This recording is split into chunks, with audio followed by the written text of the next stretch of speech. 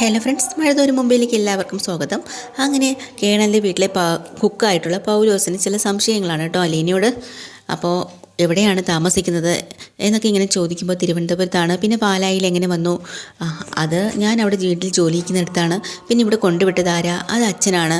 അച്ഛനോ? ആരുമില്ലെന്ന് പറഞ്ഞിട്ട് പിന്നെ എങ്ങനെ അച്ഛനായി? ഒരാൾ പപ്പ, ഒരാൾ അച്ഛൻ. ഇവിടെയുള്ളത് പപ്പ, അത് അച്ഛൻ. അതെങ്ങനെ ശരിയാവും കുട്ടി? പൗലോസേട്ടന് കൺഫ്യൂഷനായോ എന്ന് അലീന ചോദിക്കുകയാണ്. എന്തെങ്കിലും സംശയം ഉണ്ടെങ്കിലേ പപ്പയോട് ചോദിച്ചാൽ മതി കേട്ടോ, എല്ലാം പറഞ്ഞു തരും.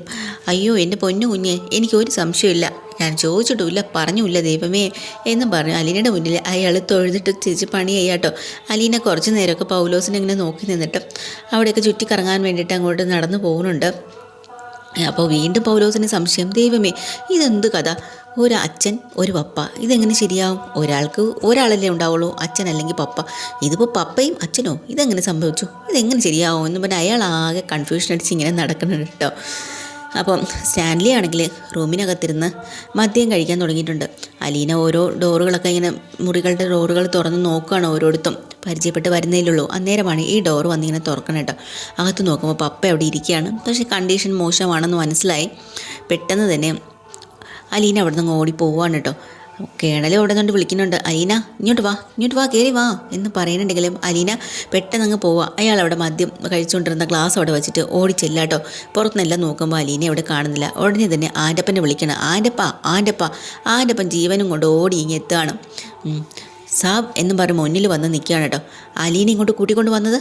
അപ്പോൾ ഉടനെ ഇവിടെ ആനമ്മ പറയാണ്, പാലാക്കാരൻ. യു ബ്ലഡി ഫൂൾ, പാലാക്കാരനോ? ഇവിടെ എൻ്റെ മുറിയിൽ അലീന ഇപ്പം വന്ന് തുറന്നു നോക്കി. ഓ സോറി സാർ, ആ കുട്ടി ഇങ്ങോട്ട് വന്നാൽ ഞാൻ കണ്ടില്ല. ഞാൻ മദ്യപിക്കുന്നതും പുകവലിക്കുന്നതൊക്കെ ആ കുട്ടി കണ്ടല്ലോ, കാണാതിരിക്കണ്ടായിരുന്നോ എന്ന് ചോദിക്കുമ്പോൾ ആൻ്റപ്പം പറയാം, സാറ് ഇന്നല്ല നാളെ ആയാലും ഇതൊക്കെ അറിയണമല്ലോ. ഇത് കണ്ടത് അവൾക്ക് ഇഷ്ടപ്പെട്ടില്ലെന്നാണ് തോന്നുന്നത്. അപ്പോൾ ആൻ്റപ്പം പറയാം കേട്ടോ, സ്ത്രീകൾക്ക് പൊതുവെ പുകവലിക്കുന്നവരെയും കുടിയന്മാരെയൊന്നും ഇഷ്ടമല്ല സാർ. കുടിയന്മാരോ? ഞാൻ കുടിയന്മാരാണ് നിനക്ക് എങ്ങനെ ധൈര്യം വന്ന് പറയാനായിട്ട്?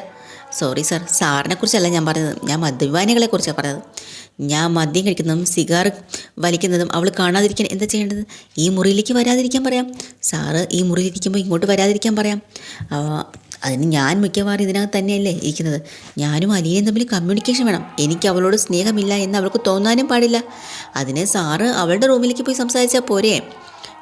പ്രോട്ടോക്കോൾ അങ്ങനെയല്ല, അവൾ എൻ്റെ അടുത്ത് വരണം, അതാണ് വേണ്ടത്. അങ്ങനെയാണെങ്കിൽ സാറേ ആ കുട്ടി ഇങ്ങോട്ട് വരാനുള്ള സമയം വെക്കണം. ആ സമയത്ത് സാറിവിടെ കുടിക്കുകയും മദ്യപിക്കുകയും വലിക്കുകയും ഒന്നും ചെയ്യരുത് എന്നൊക്കെ പറഞ്ഞ് ആൻ്റെ അപ്പം കുറച്ച് ഉപദേശങ്ങളൊക്കെ കൊടുക്കാട്ടോ. അപ്പോൾ തന്നെ ഉടനെ നമ്മൾ ആബ് പറഞ്ഞു കൊടുക്കാട്ടോ, അതെ നമ്മളൊരിടത്തും തോറ്റു കൊടുക്കാൻ പാടില്ല. നമ്മൾ ഒരിക്കലും അങ്ങനെ താന്ന് കൊടുക്കാനും പാടില്ല. നമ്മൾ വയ്ക്കുന്ന നിയമത്തിൽ വേണം ഇവരൊക്കെ വരാനായിട്ട്. നമ്മളൊരിക്കൽ തോറ്റു കൊടുത്താൽ പിന്നീട് തിരിച്ചെടുക്കാനും പറ്റത്തില്ല. അപ്പോൾ ഉടനെ ആൻ്റപ്പം പറഞ്ഞു കൊടുക്കണം, സാറ് തോറ്റു കൊടുക്കരുത്. അത് ശരി, അലീനയ്ക്ക് എന്നോട് ദേഷ്യം തോന്നാനും പാടില്ല, അതും പാടില്ല. അങ്ങനെ ആൻ്റപ്പൻ സ്റ്റാൻലി എന്ത് പറയുന്നു അതിന് കൂടെ അങ്ങ് നിന്ന് സപ്പോർട്ട് കൊടുക്കുകയാണ് കേട്ടോ. അവിടെ നിന്നും കൊണ്ട് അലീനയാണെങ്കിൽ സ്വന്തം റൂമിലേക്ക് വന്നിങ്ങനെ നിൽക്കുകയാണ്. മിണ്ടാനോ കാര്യങ്ങൾ പറയാനോ സംസാരിക്കുമെന്നോ ആരില്ല. ഒരു ഒറ്റപ്പെട്ട ഒരു അനുഭവം അലീന ഓരോന്നും നോക്കിക്കൊണ്ട് ഇങ്ങനെ നിൽക്കുന്ന സമയത്ത് പെട്ടെന്ന് ഡോറ് വന്ന് തട്ടുകയാണ്. അപ്പം കേണൽ അങ്ങോട്ട് വന്നിട്ടുണ്ട്. വന്ന് തുറന്ന് നോക്കുകയാണ് കേട്ടോ അലീന. അപ്പം പപ്പയാണ്. പപ്പ ചോദിക്കുന്നുണ്ട്, എന്താ എൻ്റെ റൂമിലേക്ക് വന്നത്? എന്തിനായിരുന്നു? എന്തെങ്കിലും സംസാരിക്കാനാണോ? അല്ല, ഞാനൊരു വാതിൽ തുറന്നു നോക്കിയതാണ്, പക്ഷേ അത് ആ റൂമായിരുന്നു എന്ന് എനിക്ക് അറിയില്ലായിരുന്നു. ഓ അത് സാരമില്ല, അലീനയ്ക്ക് എപ്പോൾ വേണമെങ്കിലും എൻ്റെ റൂമിലേക്ക് വരാം, ആരോടും അനുവാദം ചോദിക്കണ്ട കേട്ടോ. എന്നിട്ട് അകത്തേക്ക് കയറി വന്നിട്ട് പറയണം, ഇവിടെ എന്തെങ്കിലുമൊക്കെ ആവശ്യമുണ്ടെങ്കിൽ പറയണം. വേണ്ടതെല്ലാം ഒരുക്കി വയ്ക്കാൻ ഞാൻ ആൻ്റപ്പനോട് പറഞ്ഞിട്ടുണ്ടായിരുന്നു. പിന്നെ ബെഡ് ഇത് തന്നെ മതിയല്ലോ അല്ലേ? ഈ ബെഡിൽ ഞാൻ എവിടെ കിടക്കണമെന്നാണ് എനിക്ക് സംശയം. നിലത്ത് തലയിണ പോലും ഇല്ലാതെ ഷീറ്റ് വിരിച്ച് കിടന്നാണ് എനിക്ക് കൂടുതൽ പരിചയം. എന്നോട് എന്നോട് പറഞ്ഞിട്ടുണ്ടായിരുന്നു ഓർഫണേജിലായിരുന്നു എന്ന്. പക്ഷേ എനിക്കറിയത്തില്ലായിരുന്നല്ലോ. ഒരുപാട് വിഷമിച്ചിട്ടുണ്ട് അല്ലേ മോളെ? അപ്പോൾ സാരമില്ല, ഇവിടെ കുട്ടിക്ക് യാതൊരു ബുദ്ധിമുട്ടും ഉണ്ടാവില്ല. അപ്പോൾ ഉടനെ അലീന പറയുന്നുണ്ട്, കിടക്കാൻ മെത്തയില്ലാത്തതും ജോലി ചെയ്യേണ്ടി വരുന്നതും ഒരു നേരം ആഹാരം കിട്ടാത്തതും എനിക്ക് ബുദ്ധിമുട്ടായിട്ട് തോന്നിയിട്ടേയില്ല. പക്ഷേ സ്നേഹം കിട്ടാത്തത് ജീവിക്കാൻ ഒരുപാട് ബുദ്ധിമുട്ട് തോന്നും. അപ്പോൾ അവൾ ആ സ്റ്റാൻലി അടുത്തേക്ക് വന്നിട്ട് പറഞ്ഞിട്ട്, അത് ശരിയാണ്, വളരെ ശരിയാണ്. ഇവിടെ എന്നെ സ്നേഹിക്കാനായിട്ട് നായ്ക്കളുണ്ടായിരുന്നതുകൊണ്ട് എനിക്ക് ആ ബുദ്ധിമുട്ട് തോന്നിയിട്ടേ ഇല്ല. അപ്പോൾ അലീന അന്തം വിട്ട് നോക്കാട്ടോ. സ്നേഹം തിരിച്ചറിയാൻ കഴിയാത്തവരുമുണ്ട്. ആരും സ്നേഹിക്കുന്നില്ല എന്ന് അവർ പരാതിപ്പെട്ടുകൊണ്ടേ ഇരിക്കും. അപ്പം വീണ്ടും അലീന പറയുന്നുണ്ട്, സ്നേഹിക്കാൻ അറിയുന്നവർക്ക് മാത്രമേ അത് തിരിച്ച് കിട്ടാറുള്ളൂ എന്നും പറയുന്നുണ്ട് കേട്ടോ അലീന. അപ്പോൾ അതൊക്കെ സമ്മതിക്കുന്നുണ്ട് നമ്മൾ സാബ്. എന്നിട്ട് പറയുന്നത്, ഞാൻ മുറിയിലേക്ക് വന്നപ്പോഴത്തേക്കിനും നീ വന്നപ്പോൾ ഞാൻ വിളിച്ചിരുന്നില്ലേ, എന്താ നീ പിന്നെ കയറി വരാഞ്ഞ് തിരിച്ച് പൊക്കളഞ്ഞത്? അതിന് അവിടെ ഇരുന്ന് കള്ള് കുടിക്കുകയല്ലായിരുന്നത്? കള്ള്? മദ്യം കഴിക്കുകയല്ലായിരുന്നു? അതിൻ്റെ കൂടെ ബീഡിയോ പുകവലി, രണ്ടും ഒന്ന് തന്നെയല്ലേ? ഇപ്പം രണ്ടും മോശപ്പെട്ട കാര്യങ്ങൾ തന്നെയാണെന്ന് ഞാൻ പഠിച്ചിട്ടുള്ളത്. ഞാൻ ആർമിയിൽ വെച്ച് ശീലിച്ചതാണ് മദ്യപാനം, തൊട്ട് പുറകെ പുകവലിയും. എനിക്കിഷ്ടമല്ലെന്നേ ഞാൻ പറഞ്ഞുള്ളൂ. ശരി, കറക്റ്റ്. എൻ്റെ അമ്മച്ചിക്കും ഇതുപോലെ ഇഷ്ടമില്ലായിരുന്നു. എല്ലാവർക്കും എല്ലാം ഇഷ്ടപ്പെടാൻ പറ്റില്ലല്ലോ. That's good. ശരി, അപ്പോൾ റെസ്റ്റ് എടുക്കുക കേട്ടോ എന്നൊക്കെ ഇങ്ങനെ അയാൾ പറയണം. എന്നിട്ട് വീണ്ടും പോകുന്നതിന് മുമ്പേ ഒന്നുകൂടെ പറഞ്ഞിട്ട് പോകണം, കുടിക്കാനോ കഴിക്കാനോ എന്തെങ്കിലും വേണമെങ്കിൽ പൗലോസിനോട് പറഞ്ഞാൽ മതി. ശരി. അങ്ങനെ അലീന ആ റൂമിലേക്ക് ഇങ്ങനെ നിൽക്കണം കേട്ടോ. കഴിഞ്ഞ് നമ്മുടെ കടപ്പാട്ട് വീട് കാണിക്കുകയാണ്. കാരണം വൈജ ഓടി വന്നിട്ട് ബബിതയെ വിളിക്കുകയാണ്. ബബിതയെന്നും പറഞ്ഞു. ബബിതയ്ക്കാണെങ്കിൽ ദേഷ്യം വന്നോട്ടും കേട്ടോ, എന്തിനാ ഇങ്ങനെ കിടന്നുകൊണ്ട് വിളിക്കുന്നത്? അപ്പം കൃഷ്ണയാണ് എന്തേ ചോദിക്കുന്നു. എന്നെ വിളിച്ചതുപോലെ കൃഷ്ണയെ വിളിച്ചാൽ പോരെ? അപ്പോഴാണ് കൃഷ്ണയും വരുന്നത്. ഞാൻ നിങ്ങളുടെ അച്ഛൻ ഇത്രയും സമയമായിട്ട് വന്നില്ലല്ലോ, എവിടെയാ എന്താ ഒന്നും അറിഞ്ഞിട്ടില്ലല്ലോ. അച്ഛൻ അലീന ചേച്ചി കൊണ്ടുവിടാൻ പോയതല്ലേ? പോയിട്ട് വരാനുള്ള സമയമൊക്കെ ആയല്ലോ. ഞാൻ ഗൂഗിൾ മാപ്പിലെല്ലാം കൃത്യമായിട്ട് നോക്കിയിട്ടുണ്ടായിരുന്നു. അങ്ങോട്ട് പോകാനും തിരിച്ച് വരാനും ഇതിനിടയ്ക്ക് റെസ്റ്റ് എടുക്കാനും ഭക്ഷണം കഴിക്കാനും എല്ലാം കൂടെ കണക്ക് കൂട്ടിയാലും പോയിട്ട് വരാനുള്ള സമയവും മണിക്കൂറുകളും ഒക്കെ കഴിഞ്ഞിരിക്കുന്നു. ഇതുവരെയും വന്നിട്ടില്ല. പിന്നെ അമ്മ എന്തൊക്കെയായി പറയണത്? റോഡല്ലേ, നമ്മൾ വിചാരിക്കും പോലെയാണോ? ട്രാഫിക് ബ്ലോക്കും ഒക്കെയല്ലേ? ഒരു ട്രാഫിക് ബ്ലോക്കും ഇല്ലാത്ത റെയിൽവേയിൽ പോലും പലപ്പോഴും അവർ ബ്ലോക്കാക്കി പിടിച്ചിടുന്നുണ്ട്, ലേറ്റാണെന്നും പറഞ്ഞുകൊണ്ട്. പിന്നെയാണോ നമ്മുടെ ഈ റോഡിൽ അമ്മ വിചാരിക്കും പോലെ കണക്ക് എണ്ണിക്കൊത്തി ഇരുന്നുകൊണ്ട് സമയം നോക്കി ഇങ്ങനെ വണ്ടി ഓടിക്കാൻ പറ്റുമോ എന്നിങ്ങനെ ബബിത ചോദിക്കട്ടോ. എനിക്ക് നല്ല സംശയമുണ്ട്. അവളെ കൊണ്ട് പോയതല്ലേ, എങ്ങോട്ടാ പോയെന്ന് ആർക്കറിയാം. അമ്മേ അനാവശ്യമൊന്നും പറഞ്ഞേക്കില്ലേ എന്ന് പറയാം. നിങ്ങളുടെ അച്ഛനെ വിളിച്ചു, അമ്മയ്ക്ക് എന്താ വിളിക്കാൻ മേലെ? ഞാൻ വിളിക്കുന്നില്ല. അപ്പോൾ കൃഷ്ണ പറയാം, അതുകൊണ്ടൊന്നുമില്ല, പേടിച്ചിട്ടാ. പേടിയോ? എനിക്കെന്ത് പേടി? പിന്നെ പേടി. അങ്ങനെ അവസാനം ബബിത വിളിക്കാൻ പോവാണ് കേട്ടോ അച്ഛനെ. അന്നേരം പറയാനുണ്ട്, നിങ്ങളൊരു കാര്യം ചെയ്യ്, അതൊന്ന് സ്പീക്കർ ഫോണിലിട്ടെ, ഞാനിവിടെ കേൾക്കട്ടെ. അങ്ങനെ സ്പീക്കറിലിടുകയാണ്. അമ്മ ഒരു കാര്യം ചെയ്യ്, ഈ ഫോൺ കയ്യിൽ വെച്ചോ എന്ന് പറഞ്ഞ് ഫോൺ അങ്ങ് കയ്യിൽ കൊടുക്കാട്ടോ. സ്പീക്കറിലാണ് ഞാൻ ഇട്ടേക്കുന്നത്, ഫോൺ വെച്ചോ എന്ന് പറഞ്ഞ് കൈ കൊടുക്കുക. ബാലേന്ദ്രനെ വിളിക്കുക കേട്ടോ. ഹലോ, ബബിതയുടെ ഫോണല്ലേ? ഹലോ മോളെ എന്ന് വിളിക്കുക. കയ്യിൽ ഫോൺ ഇരുന്നുകൊണ്ട് ഓട്ടോമാറ്റിക്കലി നമ്മൾ വൈജയും ഹലോ എന്നങ്ങ് പറയാം കേട്ടോ. പിന്നെയാണ് അബദ്ധം പറ്റിയത് ഓർക്കണം. അപ്പോൾ തന്നെ ബാലേന്ദ്രൻ അവിടെ നിന്ന് ചോദിക്കണം, മോള് ഇതേത് മോള്? അപ്പോൾ ബബിത പെട്ടെന്ന് ഫോൺ വാങ്ങിച്ചിട്ട് പറയാം, അച്ഛാ ഞാൻ തന്നെയാണ്, ഇപ്പോൾ സംസാരിച്ച അമ്മയാണ് കേട്ടോ. പിന്നെ എന്നോട് സ്പീക്കർ ഫോണിൽ ഇടാൻ പറഞ്ഞു, അച്ഛൻ എവിടെ എത്തി എന്നൊക്കെ അറിയാൻ വേണ്ടിയിട്ടാണ് അച്ഛൻ അമ്മ പറഞ്ഞിട്ടാണ് വിളിക്കുന്നത്. അമ്മയുടെ കയ്യിൽ ഫോൺ ഇരുന്നുകൊണ്ട് അമ്മ അറിയാണ്ട് ഹലോ പറഞ്ഞു പോയതാന്ന് പറയാം. മോനെ നമ്മുടെ വൈജ ആകെ ചമ്മിപ്പോയി. പിള്ളേർ രണ്ടെണ്ണം കൂടെ ചമ്മിപ്പിച്ചു. മോളെ എനിക്ക് നല്ല ക്ഷീണമുണ്ട്, ഞാൻ ഇനിയിപ്പോൾ നാളെ വരത്തുള്ളൂ. ഞാൻ ഇവിടെ ഒരു ഹോട്ടലിൽ റൂം എടുത്തിരിക്കുകയാണ്. അത് ശരി. അപ്പോൾ അച്ഛൻ ഇന്നിങ്ങ് വരുന്നില്ലേ? ഇല്ല. പിന്നെ അലീന ചേച്ചി വിട്ടോ അച്ഛാ?